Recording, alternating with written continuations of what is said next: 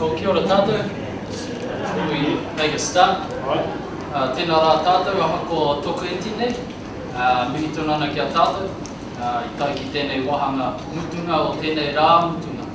Reira mihi ana kia koutou i te rāwa. O te rā I tai mai ki tēnei kaupapa. O te rā te whakarahi I te reo te whānau. Mō reira tēnā rā tātou katoa.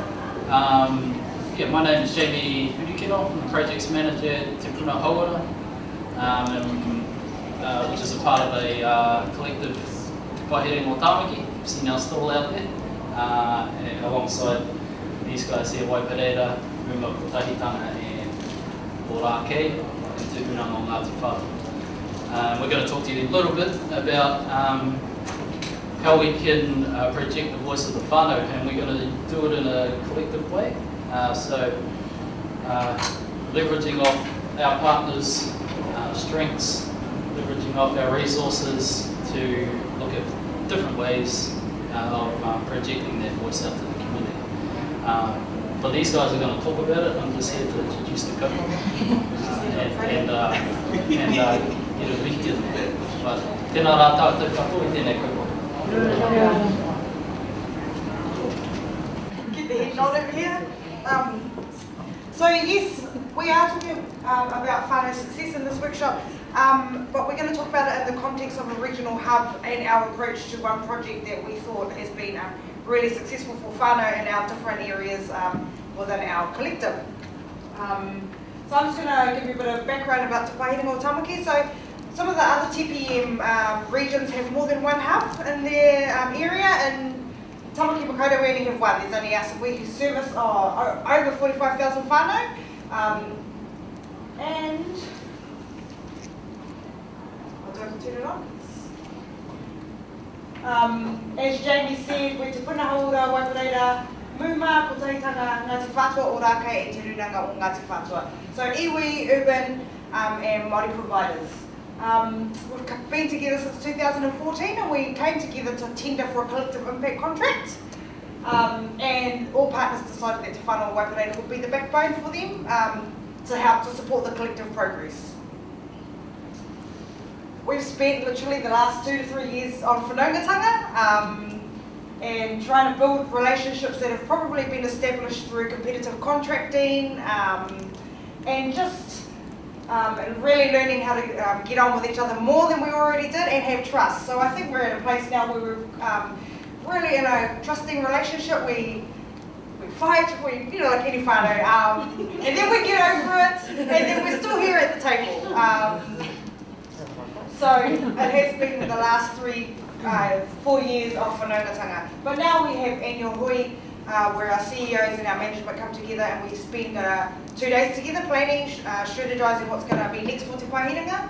We've just recently started to tender for contracts collectively. It just looks way better at the table when you're talking about 45,000 whānau as opposed to your own provider.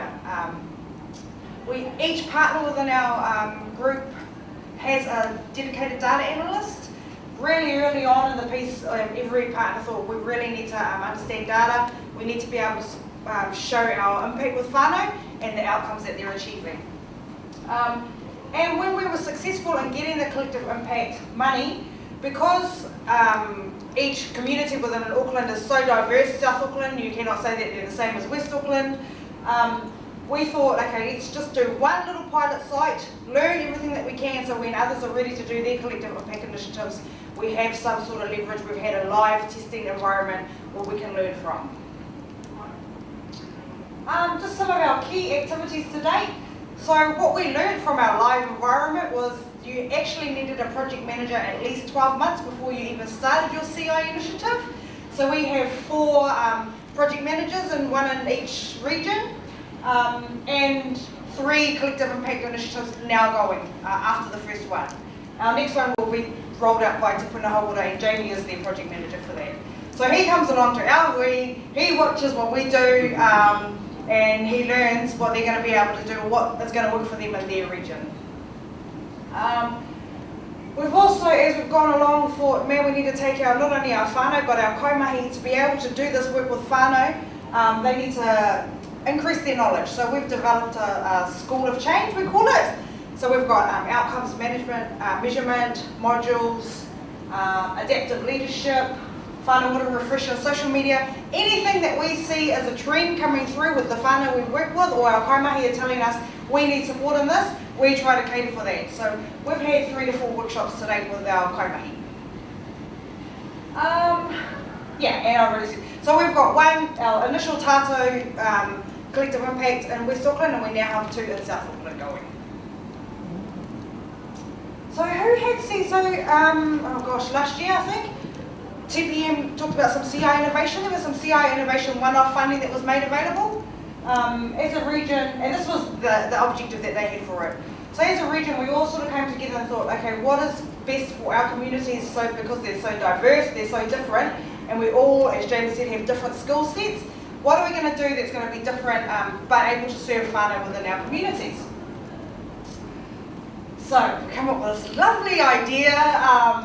We thought, okay, this Dragon's Den thing sounds like we could do something like that. Is it going to be like a apprentice, like a, what was his name? Oh, Trump. How could I forget his name? Like a Trump style, how are we going to do it? And we were really clear that no, this needed to be done in a Whānau Ora way, but what that looked like, we didn't know. So all the partners came together, and we came up with this initiative called Pitch Local. And this is just a quote: let's do something different, grow local solutions for the community, and get straight to what people need. That, in essence, is what was the thinking and the outcome that we wanted to achieve with Pitch Local. And local meaning locally in West Auckland, locally South Auckland, whatever it is, and getting whānau and individuals or groups to pitch in those areas. And I think that quote said it before, but at the heart of it was getting to grassroots and getting some community-driven solutions. You know, communities know what's best for them. They don't need people telling them what that is. Greater reach, we wanted to be able to get those whānau that don't necessarily access services, and provide new opportunities for new innovation to start to grow. And at the same time build capacity and some sustainability. If part of our Pitch Local approach was teaching them how to pitch, but then also looking at sustainable solutions like business enterprise, social enterprise, and what that would look like. But rather than us talking and talking and talking, and you see you've got lollies on your tables, it's movie time. And with any innovation, we thought we can all stand up here, we can talk, and we can put out a booklet. But we thought, and we had our research team, which Georgie was part of, alongside us, learning. So part of the other background to this was each provider had to learn what commissioning was from their own perspective and what that would look like in their communities. So this movie with your lollies, we haven't got popcorn, sorry, is just to show you how we've done it and some of the whānau that was successful and what they're doing now.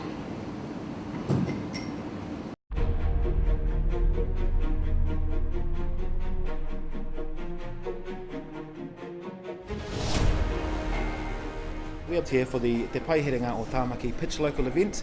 This is our first one, so you actually will be one of the first people to ever pitch for Pitch Local. Being able to clearly explain what the project is, and you've only got 2 minutes. So that's a real challenge. Nervous at the moment, really nervous. Scared. Yeah. A little bit stressful. 2 minutes goes like that.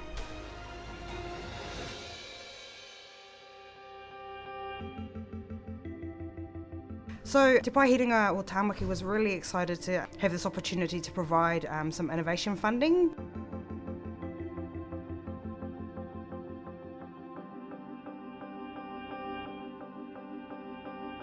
It was our first big project where we thought, okay, let's do something different here.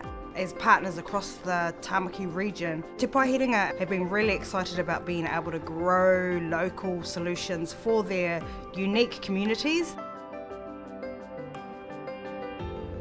Some of the partners have never thought about even putting in for funding, so this was really just a seed to start them to think, if I wanted to provide something in the community that's going to make some difference, what does that look like and how might that roll out in our community?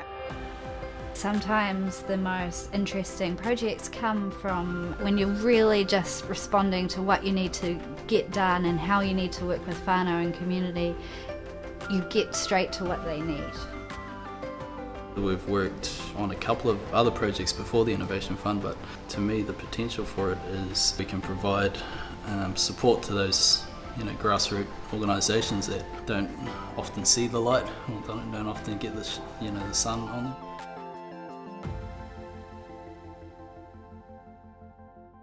We thought that whānau and community would be really excited, and then they were, and it somehow was still unexpected. One of my friends who work at Waiperera too said, do you have any ideas of how you can add to the community, because there's an initiative going out? He said, honey, I think you should pitch for some funding for the nursery. And I said, oh, okay. It's a great opportunity because then you have other smaller providers out there that don't get funding, an opportunity to be able to fund them because they do such awesome projects. The most unexpected thing was actually finding out how much stunning work is going on in our community. And we don't often get to that very grassroots level of innovation. All the successful applicants who had come this far had to stand up for 2 minutes in front of a judging panel and present their idea to this crowd. Pitching the idea, I've never heard of it before, I thought. Oh, that was a bit scary. For me, it was more about the time. Only having a couple of minutes to talk about something that's supposed to impact a lot of people's lives, it was very hard. When I speak, it's from the heart, so it's pretty natural to just talk about stuff. But when you actually write it down and you think about the things that you want to say, that was quite difficult. Some of these groups are commissioning for the very first time, so we held a number of workshops which was aiming to get ready our applicants for the Pitch Local event. The wānanga with Sam Judd beforehand really helped.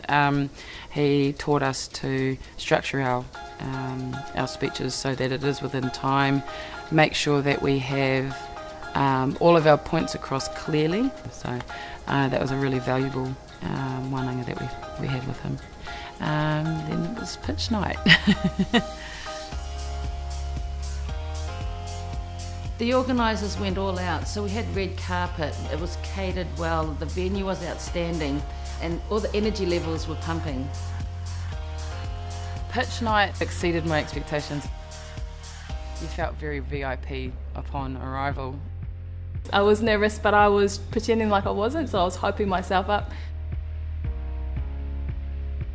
It was all about the applicants and making them feel like this was a massive event, a majestic event for them. So what we're looking for is something innovative. What impact is that going to have on the community? Just that creativity thing and a bit of innovation about it. So we're really looking for something quite different. Something that's going to pull the heartstrings and have some kind of social impact is really going to get me going. We've got this one idea that we think could really change the game here for our community. What is being offered is something that can help communities that we haven't currently met yet. So the actual event was run like a Dragon's Den style, but in a Whānau Ora way. And some of them were so scared out the back, they were literally shaking. I have this issue with talking really fast. You've just got to be able to calm it down. Kaue whakamā. Kaue whakamā. You know, there's no need to be shy or anything like that. I think just stand with confidence. Are you ready to pitch local? When you kind of had that lead up of everyone together, kind of practicing their lines, that was a bit scary. Our greatest aim will be for young people to understand the power in their voice, the power in themselves, so this can traverse longer than the project. And a great tool for our rangatangi moving forward. Our mission is to empower people through fighting and inspire them to fight other battles in their life. And my life purpose, I feel, is to change the world one Māori at a time. Awesome whānau, Māori mai, Māori mai. For me as a CEO of an organisation, to see whānau have courage, see their confidence, see how far they've actually come from their application to getting up on the stage, they did amazing. With funding comes some sort of criteria that they must meet, how they spend their budget, how they report to that budget, how they write their narrative report. For some providers it's like, if we get the money, how are we going to use it? So what's the point of difference? How you're going to prove that impact. Have they stayed on the program? Are you duplicating what is already out there? What's your plan for taking this to the next level? Do you have a business structure? If you're successful with this grant, how many more people will get impacted by this amazing program?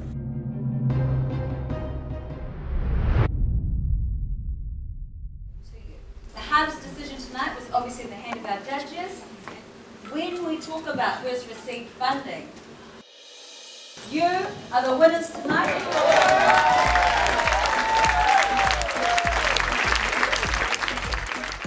Post that event, I was having so many positive conversations with our applicants. It made the applicants feel like they were really legitimised around their innovation, around their idea.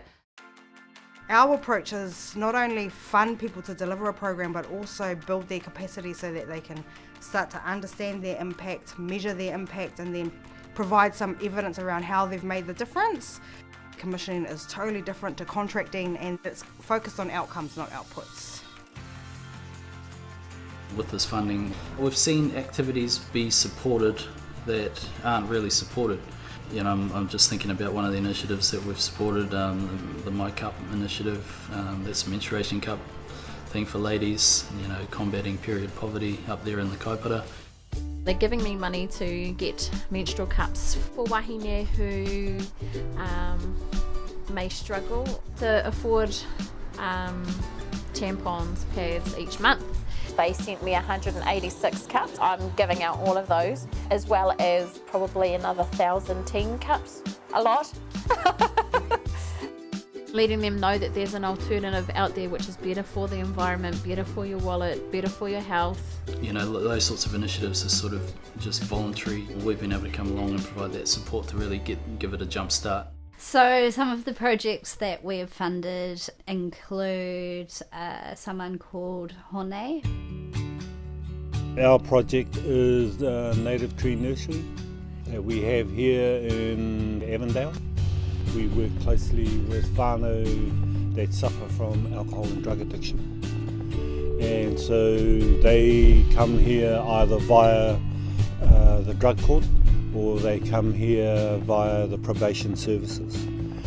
And we provide them with environmental mahi here at the nursery that we can support them on their journey of recovery, both physically, mentally, spiritually, and environmentally.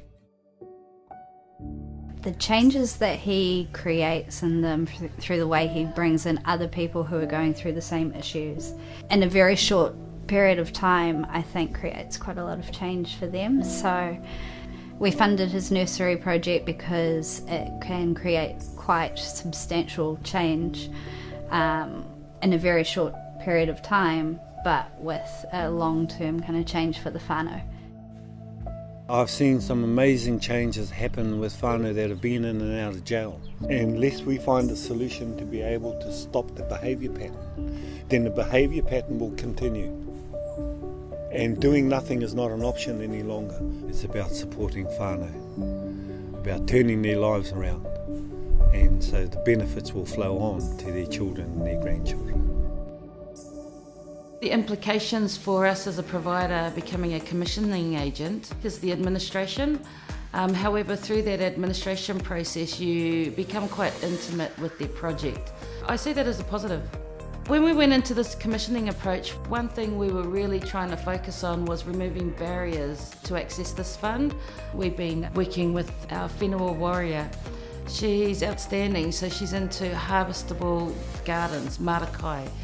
So I am going to be partnering up with James Cook High School and create a manuhiri mara, which will allow them to have staple food available, as well as an orchard.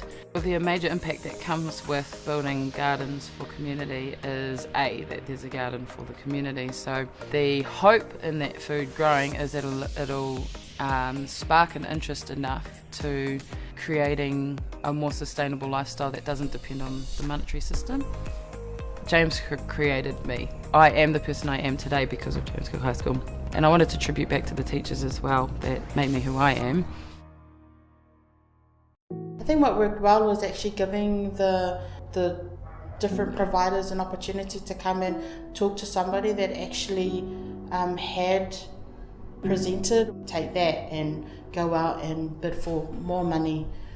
In 2017, we experienced a high number of youth suicides in our community, and we wanted to be able to respond to that in a positive way. So we responded by wanting to build up youth wellbeing in our community. We had a lot of experiences amplified by social media. So we want to essentially take back Facebook, take back social media. Mainstream media has been the one that's been telling the narrative for us. And I think it was about time that people from their own community took back that narrative and said what they thought about their own community. We want to show the beautiful side and I guess the authentic side of what actually happens. Their whole initiative for the community is for rangatahi who are actually struggling to find who they are, perform it through music, arts, gives them the opportunity of learning how to put their voice on camera. I think some of the implications for providers around being commissioning agencies are what type of resource do we need as providers to ensure that we uphold our end of being a smaller commissioning agency? What are the expectations from our funder who's actually giving us those grants and funding to become smaller commissioning agencies? But I think there's always benefits for providers. We get to learn, we get to show our resourcing and how we can fund directly to whānau. To some of us, they might not be anything, but actually to them as an individual, the potential that the Innovation Fund has to skyrocket someone's project to the rest of Aotearoa, I think is amazing.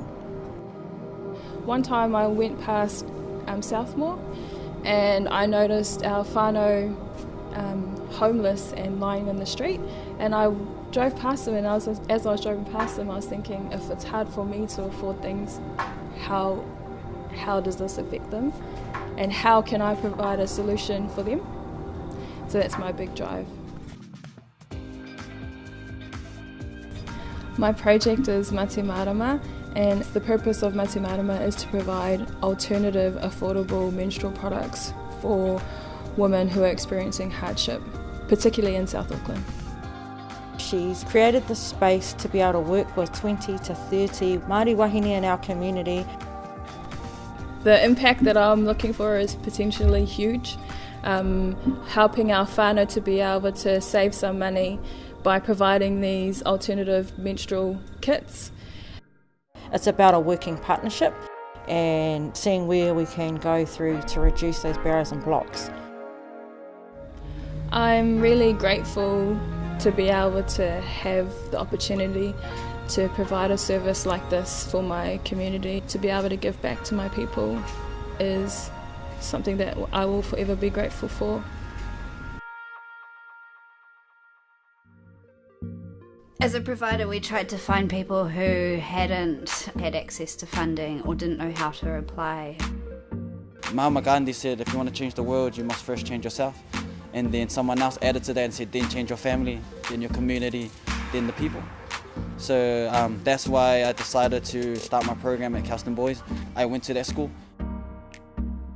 We funded someone called John Vake. He's quite young, but he has kind of gone through and learnt a lot about leadership and mentoring through his own training with fighting. The way I see it is that we empower these kids, but the vehicle that we use to empower them is fighting. So boxing in particular, we teach them the basic boxing fundamentals over 12 weeks. But the idea is that we hope they learn through the process of learning these boxing fundamentals, the process of how to achieve something, how to set a goal, and how to have a standard and work towards that standard. We funded him because his project is new. He's never done anything like this. He just really wanted to give something a go. When you see him talk, like, you're just inspired. He's like 1,000 inspirational quotes in like one person. It's amazing. I feel like with our youth, well, it's so easy to follow the latest trend on Instagram and what the latest superstar is doing. it's hard for them to quiet that noise and really say, what do I want to be? Who do I want to be? Instead of trying to chase something that's not actually them. I told the kids yesterday, at the end of this project, you don't have to know what your dream is, you just need to know what your dream is not. I guess from there I hope to foster their self-awareness, their self-discipline, their self-confidence, their self-worth. I know for a fact that this would only have been on paper. They actually believed in me enough where they were like, yeah, go start something. And now I have meaningful work. And that's the message that I'm going to tell these kids is the goal in life is to not work. The goal in life is to find work that's meaningful. And that way you'll never work another day in your life. And that's what I'm aiming to do. Some of the barriers that I think the providers might face that have come through Pitch Local will probably be the funding, because a lot of them have come through wanting more than we can offer. They might not have the resources to continue to run the programs that they're currently wanting to run. I guess a barrier could be if we don't have the resource at our end and we're not able to support them as much as we want to. I think that the barriers to this type of commissioning is about our own capacity as providers. It's totally new for us. It's the first time we have a lot more freedom to design what we want to deliver to our whānau. It's changing the way we work with whānau because we have so often delivered services that are funded or contracted. This is what we deliver as opposed to being more responsive to whānau and community. Some concerns that we did have starting up was our capacity in terms of setting all the the processes up to be a local commissioner. Quite arduous, I guess. Not to say that we haven't been able to do the job. Increased funding would help us better deliver to the ground. Pitch Local is, I think, is just the beginning of what that would look like in terms of commissioning. It's the start, and it's the beginning of what else can we do in Te Pae Herenga o Tamaki as Whānau Ora collectives. I really love how Pitch Local has come together, that it's a group of different urban Māori authorities that have come together and worked together, and I think that really shows something to our community. It role models to us what we can be doing and how we can be working together in more collaborative ways. This project has worked well because we've all been on board the idea, we've all invested some of our resources into it, and every partner believes that in the community they have their own solutions. I think our approach onto growing innovative new community ideas or supporting existing community ideas has worked really well. I think the whole commissioning approach, and once you understand what it is and it's around a permissive environment that communities develop and deliver their own programs that aren't imposed on whānau, I think that's worked well, yes. You know that there's good ideas out there, you know that there's exciting things happening. You know that there's people with good hearts just trying to change the world in their own little community. And yet when you come in contact with them, it's still just like, oh my God.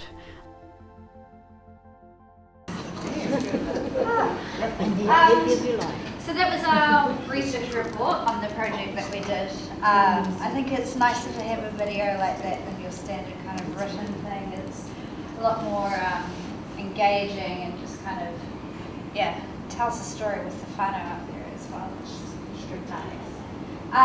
So what we're going to do is go straight to the interactive bit because we know that it's getting late, people are losing energy. So when we did this whole process, we had a whole application thing that went through each of the partners, and then we did pitch development workshops that helped the whānau and community get ready to pitch their idea in 2 minutes on stage, and so that they'd also be able to apply for funding in future, and it would really build their capacity beyond this. So, for the rest of the afternoon, we can build your capacity. We're going to go through a mini Pitch Local. So, Pitch Local. Yes. Yes. So I think if we do two groups. Yeah. Vision table players. Yep. Vision table. So we have to come up with our concept and Yeah. you're going to need a group. probably a judge, like yesterday, a judge. Perfect. That's why we're going to judge, we've got us a judge, and we've got 2 pictures we're going to develop. Okay. You're drawing. So these are some issues. So we thought we'd give you a bit of boundaries, not boundaries, but okay. So there's 2 issues in your community, and you pick whatever one you want to pick. But one issue is you have this group of, there's about 15 window washers, and at the end of each day at 5 o'clock, they're aged between 11 to 16. They're on a main intersection trying to wash windows for money, and there's been a lot of complaints, council complaints, and some of the fears around their own safety in this traffic. So that's one highlighted problem or issue that's occurring in your community. And another one is homelessness, but specifically kaumātua. There's a lot of kaumātua in your area that are homeless. So you pick whatever issue or concern there is, and what's your innovative solution to support that? We're going to keep it sharp and snazzy, so we're going to do that. You'll have like 5-10 minutes to work through the slide. Maybe 15, we might stretch it a little. And then we're going to, then you're going to pull your ropu together, and you're going to get work out your pitch, and you're going to get 1 minute, 2 minutes max to pitch back to the group. The idea is that we're going to show this is what we did and this is what Whānau went through, and then that you can take this idea back to your own rohe and see if you can implement it there. Whaimere will be our judge. Are we going to do homelessness? Kia ora everybody, just want to tell you how beautiful you look this evening. Big top wires really bringing the colour out in your eyes. Stunning. Kia ora no tātou whaia. Our kaupapa today is about addressing homelessness amongst our kaumātua and queer. Our idea is titled Adopt a Nanny. The idea for you to consider today is that we want to create a brokerage solution that links whānau who want to put their hand up to help adopt a nanny or kaumātua for a short-term basis and link them with kaumātua and queer who are currently finding themselves homeless. The outcomes we want to focus on is short-term. We just want to get kaumātua and queer who don't have a whare over their head off the street for a period of about 8 weeks to enable us to link them, network them with organisations who then provide wraparound services to take them into more permanent homes. The resources we're looking for today is $100,000. One is to build a coordinator, and secondly to build an app that makes the linking between those whānau who have an empathy to help with those kaumātua who need a home. So we look forward to you considering that and supporting our kaupapa.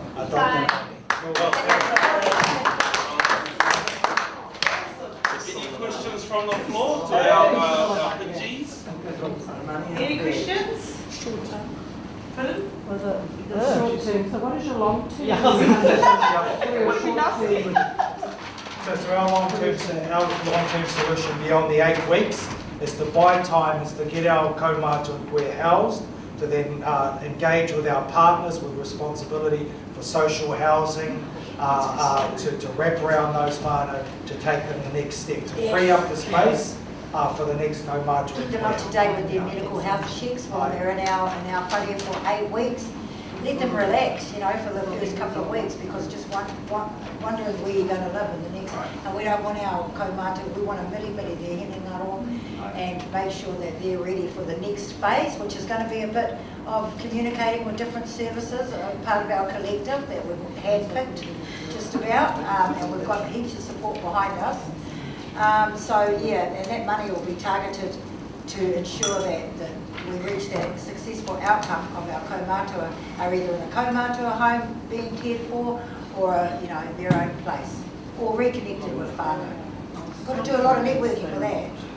Well, I like your presentation, thank you very much. So those people that you are going to service are coming from your own services. You're not out there working with any other organisation.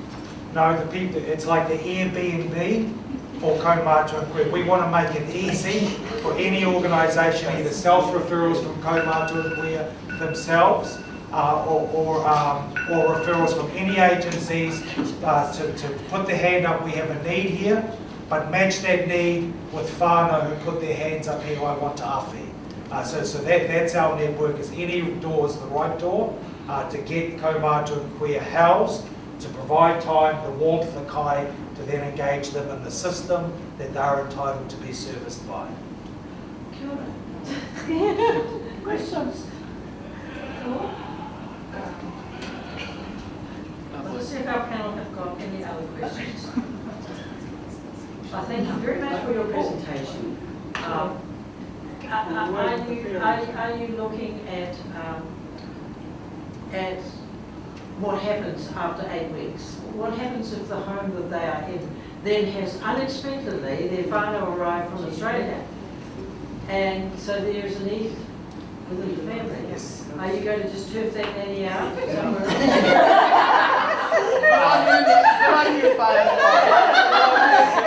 Once again, in terms of building our network and capacity of homes who are putting their hands up to awhi, is that they need to determine that they're available. So they will demonstrate through, again, our Airbnb model. I am available or I'm not available, I'm whānau coming home, so that we know when a referral is made, bar an absolute catastrophe in that whānau, in the house, that they will commit for the 8-week term. Just reflecting on the thought that we might be playing musical nannies here.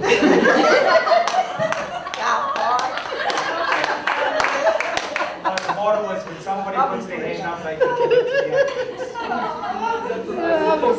Well, can't wait, everyone. Give it up for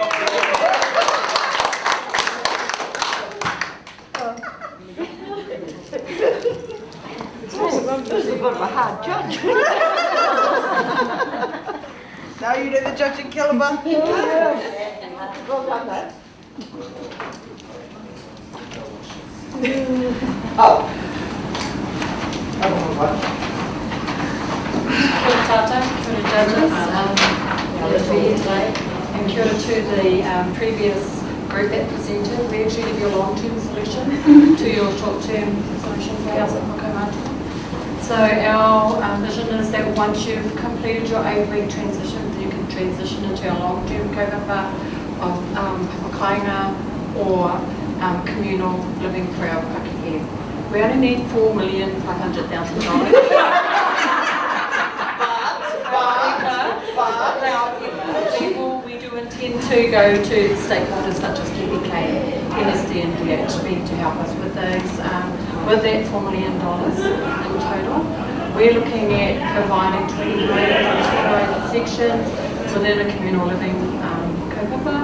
We know that we needed to have a look at possibly going back onto the whenua where our whānau have come from, so taking them back onto their own papakainga and creating that connectedness back to the whenua. That was our intention of our whole kaupapa. 15 seconds. Right, so... I didn't get that. Yeah, so our pitch although we're requesting $4.5 million for the whole kaupapa, that's to get them housed into a room of their own, self-contained units. From the Dragon Den, we would probably request half of that. Thank you for that. As an interested person in Kiwi Build, can you explain any of your thoughts around that in relationship with what you're doing? Sure, well I think from a rural perspective, Kiwi Build, for those that are in the rural areas, is possibly something that's a little bit out of reach for a lot of our whānaus. So a $600,000 home in an urban area compared to a $100,000 to $225,000 home in a rural area is probably be more suitable for our whānaus. And I think too, those that are living in the urban areas, they want to go home to their whenua, back to where they came from. So that's our pitch. Good, thank you for that. And you have prepared a budget for that? But again, we put down some of the like Housing New Zealand. We're going to talk to them about what they can provide. I mean, a lot of these whānau are kamatuas, so they would have some sort of funding when it comes to some of the like the rest homestays and that sort of stuff. So there would be funding out there, and that's what we'd also source. We'd also we go out and look for funding to help us, not only with the $500,000, 2 million, but we're looking for, but the rest of the money. Yeah, and the outcome will be that it'll be sustainable for our kaumātua, if they could afford it. Yeah. And that's compared to urban living, fresh air. Green grass. Green grass. That media need for the homeless. Well, that's where you come in. But unlike you, like the 8 weeks, there we go, yeah. And then there'll be no shifting around. They'll have one home. We'll have Kamatua that'll be independent. This is where our collaborativeness comes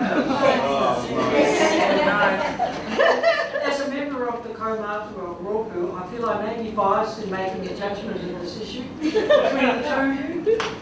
Dora, thank you very much for your presentation.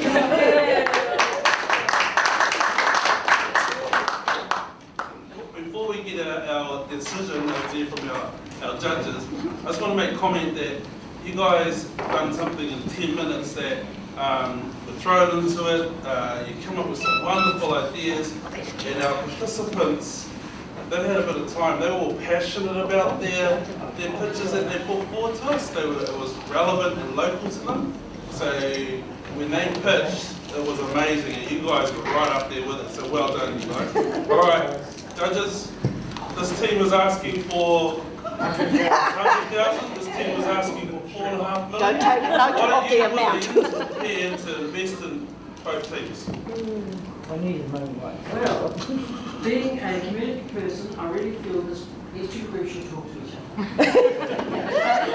And I think, it will, under the model of our they will no doubt have a relationship which will start off with nannies being taken into their homes, with the other group working in the relationship to make sure there's an ongoing return to the kind. So that's my pronouncement. In the meantime, I've only really got 25,000. So you're going to split 45,000 between the both of you, mate? Well done. I just want to give you some feedback to the previous group. The other group, they asked for 100K, and the judges gave them 100 million.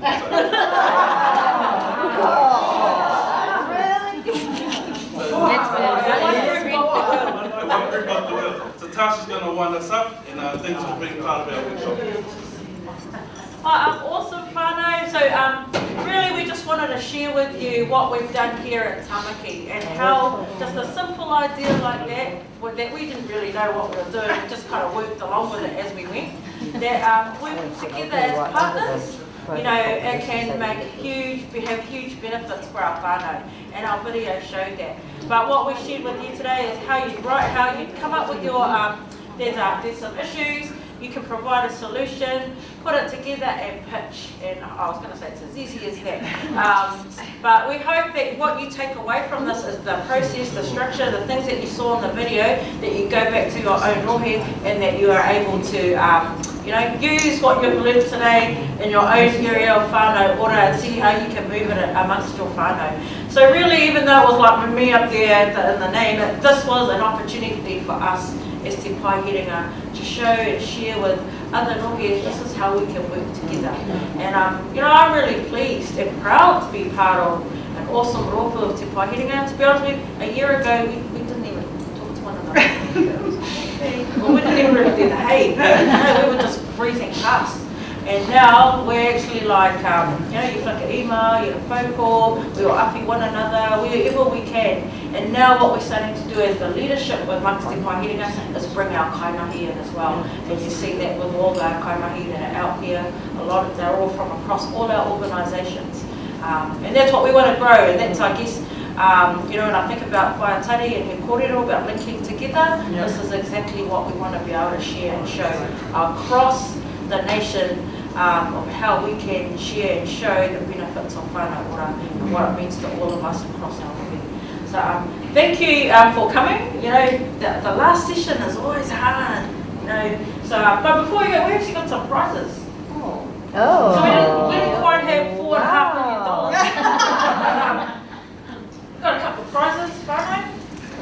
I think I'll judge the easy one. Yes.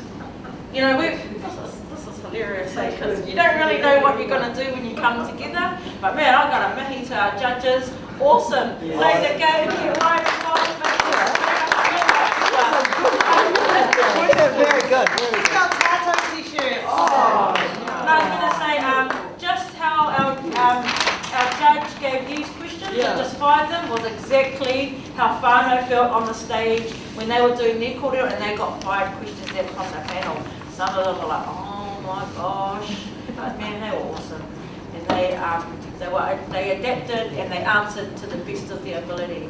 And it's so neat to see just this little process and workshop, what it's created for us here. So thank you all. What? You got